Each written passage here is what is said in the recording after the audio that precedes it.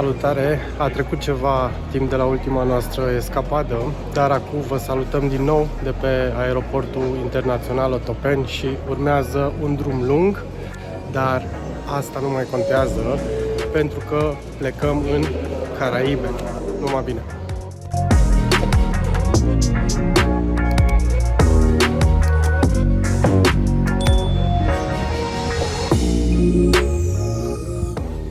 Prima escală, Amsterdam.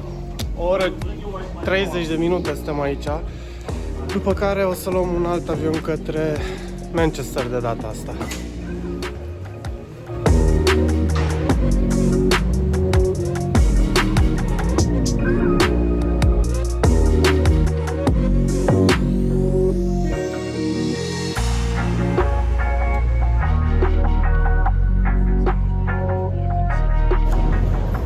Manchester. În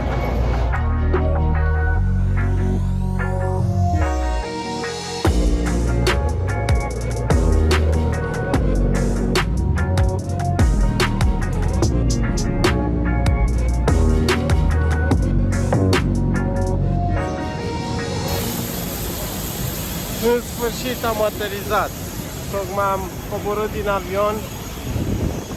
2 scale, 3 avioane, mai mult de 24 de ore pe drum. Am avut și un incident pentru că am avut ceva probleme tehnice la ultimul avion și am pierdut vreo oră și ceva.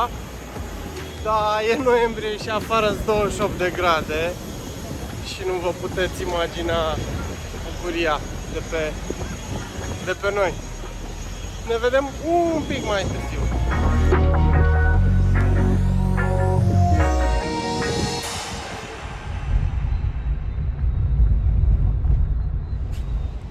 Neața. E 4:30 ora locală. Tehnic acasă e ora 10:30. Bineînțeles că nu am putut să dormim mai mult de atâta, cu toate că încă suntem obosiți. Dar tot am dormit vreo 7-8 ore. Ce vreau să vă mai zic este că taxiul, de exemplu, ieri de la aeroport până la cazare ne-a costat în jur de 25 de dolari. Foarte mult costă taxiurile aici, dar eram 25 de dolari pentru 5 km de mers cu taxiul, asta ca să vă faceți o idee. Deci e undeva la 10 dolari pornirea și 3 dolari pe kilometru, dacă nu mă înșel. Foarte mult, dar la cât de obosiți eram și cu bagaje și așa, am zis că efectiv nu mai stăm să ne batem capul cu autobuze sau cu alte lucruri de genul ăsta. Iar cazarea pe care am avut-o aici în prima noapte a costat 55 de dolari. E o cazare normală cu o cameră și baie. Dar asta nu e tot, pentru că am plătit 55 de dolari pe cazare pe o noapte pentru că nu rămânem aici și o să vedeți că astăzi avem un alt avion și mergem pe o altă insulă. Nu că ne-ar fi fost dor de aeroport, dar ne-am întors deja aici. Pentru că peste vreo 2 ore, cam așa, urmează să luăm un alt avion. De data asta plecăm către Sfântul Vicențiu și Grenadinele. Dar până atunci numai bine și ne vedem mai târziu. La revedere! Go, go, go, go, go, go, go, go, go, go, go, go, go, go, go, go, go, go, go. You got a mind, but even that could change. You could flip the gray matter like some batter in your brain. That's why they say, fake it till you make it A. And if you play that game, then you just might make a change. Rearrange all the bad to okay. Take the worst thoughts saying, turn them to a game. Take the best thoughts saying, put them on display. On repeat in your brain till you're feeling no more pain. Never slow yourself down, you can do some more. Push past all the pain and you'll find a door. Open it up and finally explore everything that you thought you could never do before. And even when you feel low, you can still go. Even when you feel slow, you can still go. Even when there's no hope, you can still go. I never answer to no, man, I still go. Go, go, go.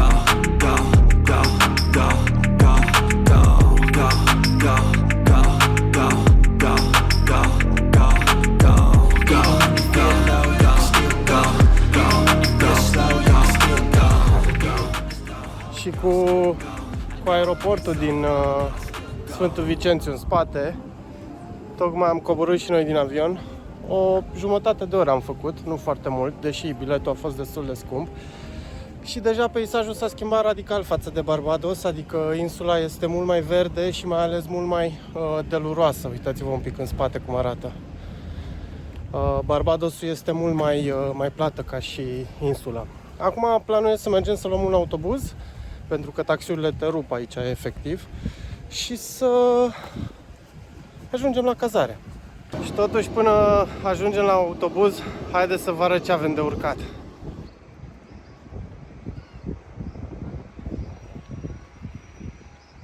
Și poate nu pare așa de nasol, dar în momentul în care ai ghiozdană și în față și în spate, nu e nici ușor.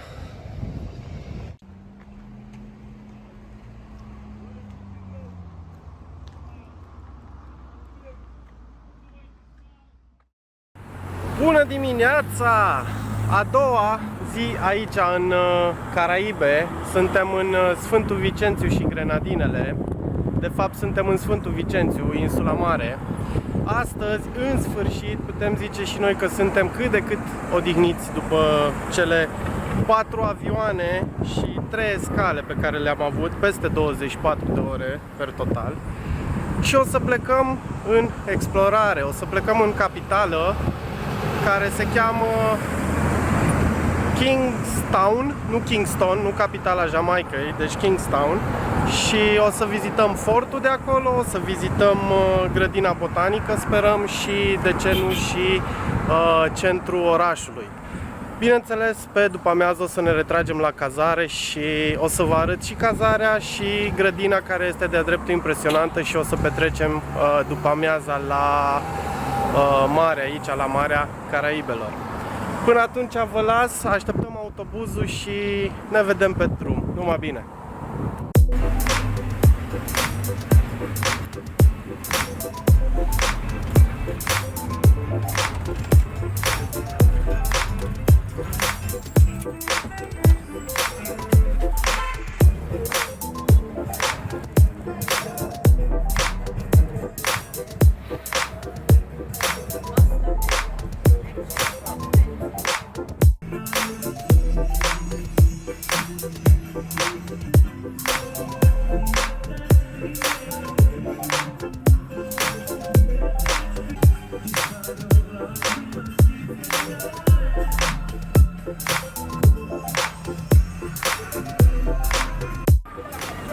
Tocmai am coborât din autobuz. 3 dolari americani a costat drumul, cam 20-25 de minute, cam așa am avut de mers. Acum planul este să mergem să vizităm Fort Charlotte. Este fosta fortăreață construită aici pe insulă. Și avem de mers undeva la 42 de minute sau 2-3 km. Din păcate nu am microfonul de la cameră, l-am uitat acasă în Brașov, așa că sper ca sunetul să nu fie oribil. Dar vedem când edităm. Până atunci numai bine și ne vedem cu drumul.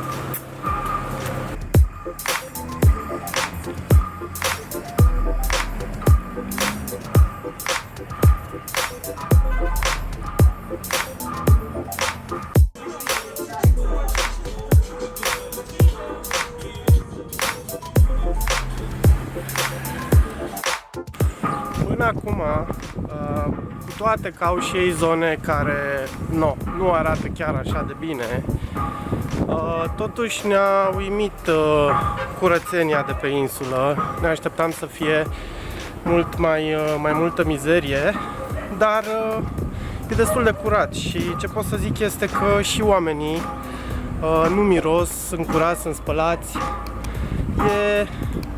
E impresionant din punctul ăsta de vedere. Ne așteptam un pic la altceva. Ceva îmi zice că noi acolo sus trebuie să ajungem.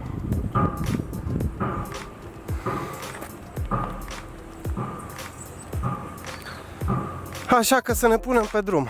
Mai avem de mâncat ceva kilometri.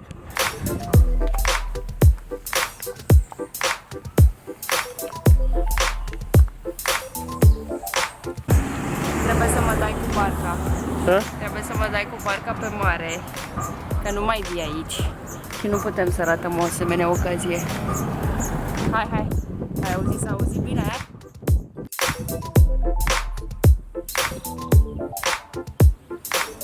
Ca de obicei, bafta noastră. 2,5 km mai târziu. 2,5 km la deal, de fapt. Și ghiciți ce? Fortul e închis pentru renovare. N-are nimic, vine om optimist și spune așa: vom încerca să intrăm și să vedem măcar o parte, chiar dacă e închis în interior, măcar ne bucurăm de exterior. Hai, să mergem. Am zis că dacă tot am urcat până aici, de fapt, să vă zic și câteva lucruri despre Fort Charlotte. El a fost construit în perioada colonială britanică, în secolul XIX. A fost de fapt și de drept finalizat în 1806. Se află la o altitudine de 300 de metri față de nivelul mării și oferă o vedere panoramică foarte bună asupra capitalei Kingstown și, de ce nu, și asupra celorlalte insule grenadine, mai ales Bechia, care se poate vedea în zare. Iar acum, cu Fort Charlotte în spate, coborâm și urmează să mergem să vizităm grădina botanică, care este foarte faimoasă.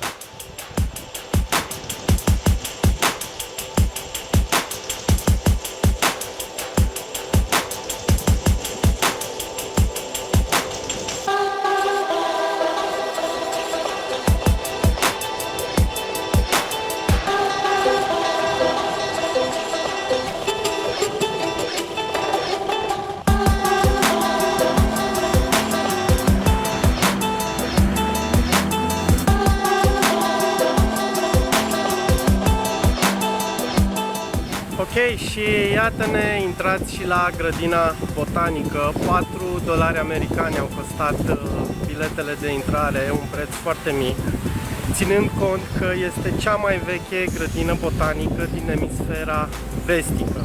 A fost înființată în anul 1765 și se întinde pe 20 de hectare. Acum mergem să o vizităm.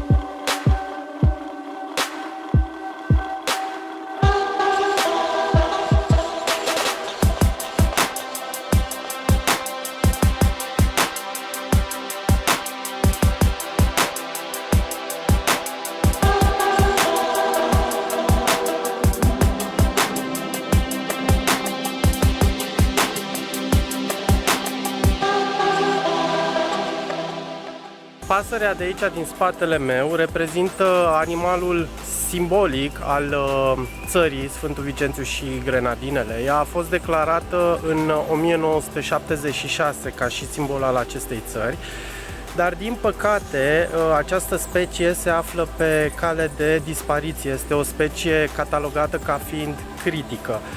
În interiorul grădinii botanice pe care noi o vizităm, ei păstrează câteva specimene și cu ajutorul acestora speră să poată reîmprospăta populația nativă ale acestei specii.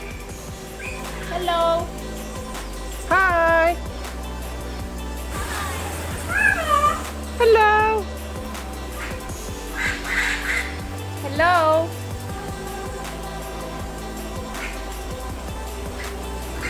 Hi! Asta se întâmplă când ajungi să vorbești cu papagalii. Bye! Bye bye! Gata și plimbarea prin grădina botanică. cam o oră, nu e foarte mare grădina, cam o oră așa am petrecut înăuntru. A fost mică, fercheșă să spunem așa.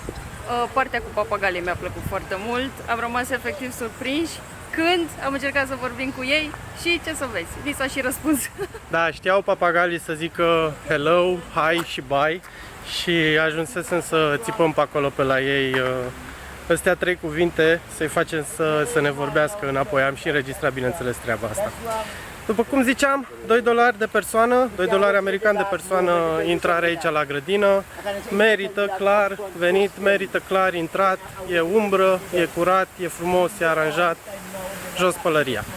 Planul mai departe este să mergem înapoi către centrul capitalei, să găsim un ATM, ceva, poate să scoatem niște bani, după care să mâncăm ceva, să căutăm un supermarket, să mai cumpărăm apă, bere și alte lucruri de genul ăsta și, bineînțeles, să vizităm un pic și monumentele istorice de aici, de pe insulă din capitală, pentru că știu că au cel puțin o catedrală extraordinar de frumoasă. Până atunci, numai bine!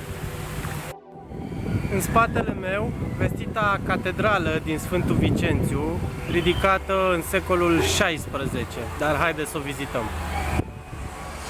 Hello!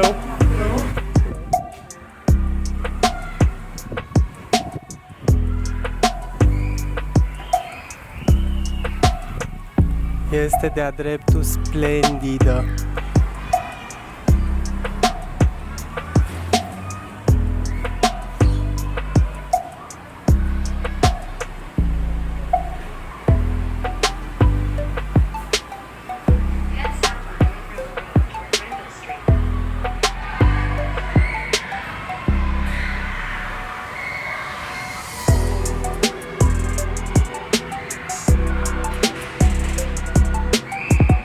Vitraliul ăsta a fost adus de către regina Elizabeta a Angliei aici pe insulă.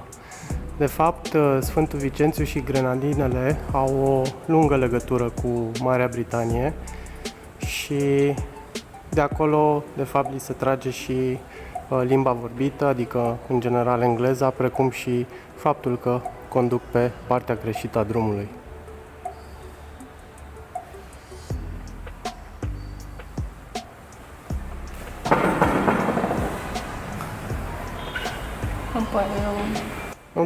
Nu trebuie să le strici biserica la oameni, catedrala. Fac o prostie. Am făcut-o stilul propriu. Regret. Bine, hai să ne cărăm mai repede de aici până nu ne pun ăștia să... Cred că fac o stricăciune azi, hai. Până nu ne pun ăștia să plătim ceva pe aici. Hai că și așa nu avem bani schimbați. Ok, trebuie să fac o corecție. Catedrala a început să fie construită în anul 1823, iar ea a fost finalizată în anul 1930. În schimb, stilul arhitectural este cel din secolul XVI și îmbină mai multe stiluri, și anume venețian, bizantin, multe alte stiluri de genul ăsta. Cam atâta despre catedrală, este frumoasă și de-a dreptul impresionantă. Intrarea este gratuită, nu costă absolut nimica și clar, dacă ajungi până aici în capitală, trebuie să vii să o vezi, pentru că e una din atracțiile principale. Cam atâta momentan. Mergem să vedem unde găsim să scoatem niște bani și să mâncăm ceva. Numai bine mai târziu. Suntem la un pub din ăsta local, se cheamă Pirates Pub. O să schimb acum camera și vă arăt ce mâncăm. Ok, Bianca mănâncă un beef burger cu cartofi prăjiți, iar eu mi-am luat fish and chips și 3 beri. Am băut deja 2 beri, acum mai avem doar una. Asta e o bere făcută în Trinidad și Tobago. Și toată treaba asta aici ne-a costat undeva la 46 de dolari din ăștia locale. Asta înseamnă undeva la 23 de dolari americani, deci 100 și ceva de lei. Tocmai am plecat de la pub, de la restaurant. Cum a fost mâncarea? Foarte bună, foarte bună, sățioasă. Mi-a plăcut foarte mult că nu am avut multe sosuri, deci a fost destul de light, deși a fost burger. Carnea în sine de vită foarte bună, deci mi-a plăcut extraordinar de mult. Da, și fish and chips-ul meu la fel. Per total, am mai zis deja, $23 americani, adică undeva la 100 și un pic de lei, pentru 2 feluri de mâncare și 3 beri. Într-adevăr, porțiile nu sunt foarte mari, dar ținând cont că aici e foarte cald, parcă nici corpului nu-i trebuie chiar atât de multă mâncare să se, nu știu, să se simtă plin. Acum urmează să mergem la un market, să facem ceva cumpărături. O să mergem și în piața centrală să cumpărăm niște fructe și legume. După care ne retragem spre cazare și probabil pe seară o să facem o baie ceva acolo jos și o să vă arăt și cazarea și grădina. Până atunci, numai bine!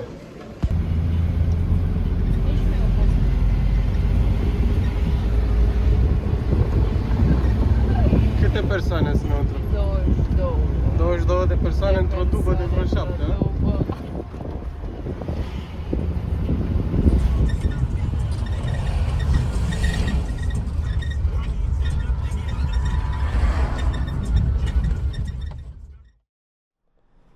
Și iată-ne proaspăți întorși înapoi la cazare. Bineînțeles că am luat din nou autobuzul și de data asta l-am luat de la autogara centrală din Kingstown. Și în stil caracteristic acestor țări, el nu a plecat până nu a fost plin. Și când zic plin, mă refer plin vârf, adică ca să vă faceți o idee, un autobuz care la noi transportă în mod normal undeva la 7-10 persoane cu tot cu șofer, astăzi a reușit să care 22 de persoane și bineînțeles toate stând jos, deci nu în picioare. Acum o să vă fac un pic turul cazării, să vedeți unde stăm aici în Sfântul Vicențiu și o să începem așa. Avem prima oară scara de acces pe unde urcăm, după care avem o terasă cu o priveliște superbă către Fortul V, acolo în capăt, și Indian Bay. Se vede în partea asta la altă, o plajă la care o să mergem în zilele următoare. Aici avem Blue Laguna, cu o priveliște la fel superbă. Este de fapt și de drept un loc de ancorare pentru diverse iahturi. Proprii noștri cocotieri cu nuși de cocos. Terasa, după cum se vede. Și haideți să intrăm un pic și înăuntru. Avem camera cu pat, plasă de țânțari, super ok. Aici un fel de mini kitchenetă cu frigider și așa mai departe. Nu este kitchenetă cu adevărat, dar ajunge. După care o canapea, noi o folosim ca de obicei pe post de depozit.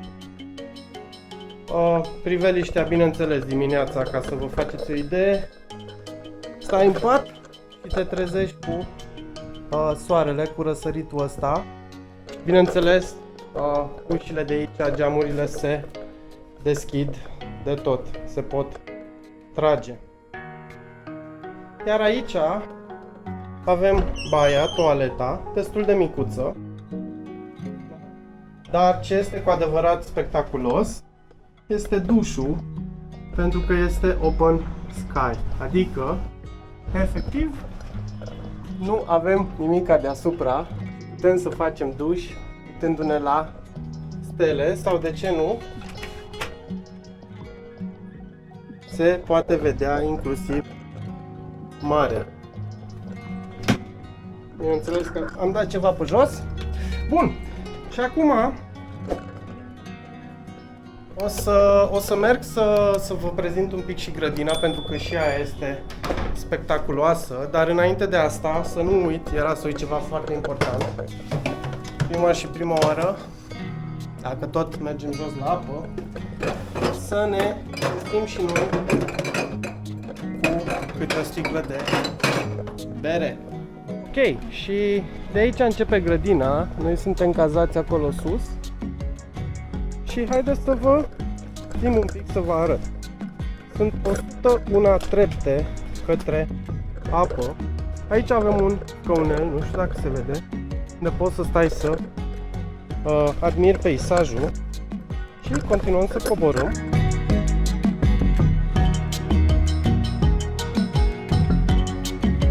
Un hamac în partea stângă aici.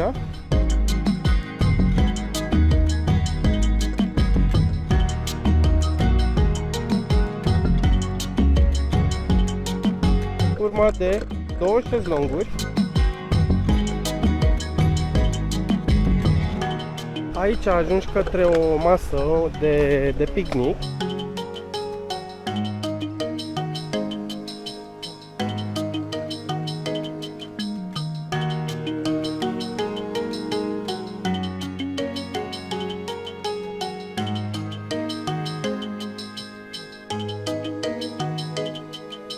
Cele 2 caiace pe care le putem folosi sunt ale proprietarului și bineînțeles micuțul ponton de unde putem să intrăm să facem baie.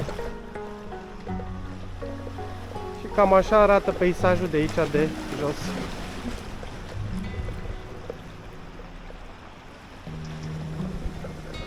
Cam atâta momentan, ne vedem în apă.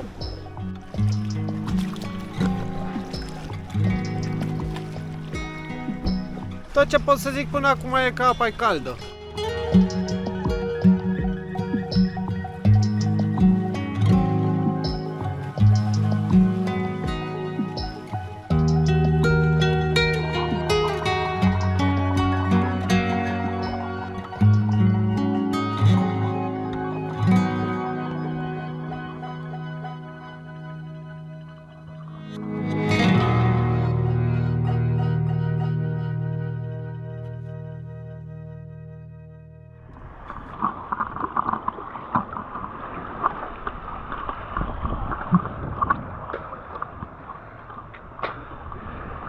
Din păcate, ieri a fost o furtună destul de mare, azi noapte, și apa e destul de tulbure, așa că nu se vede mare lucru.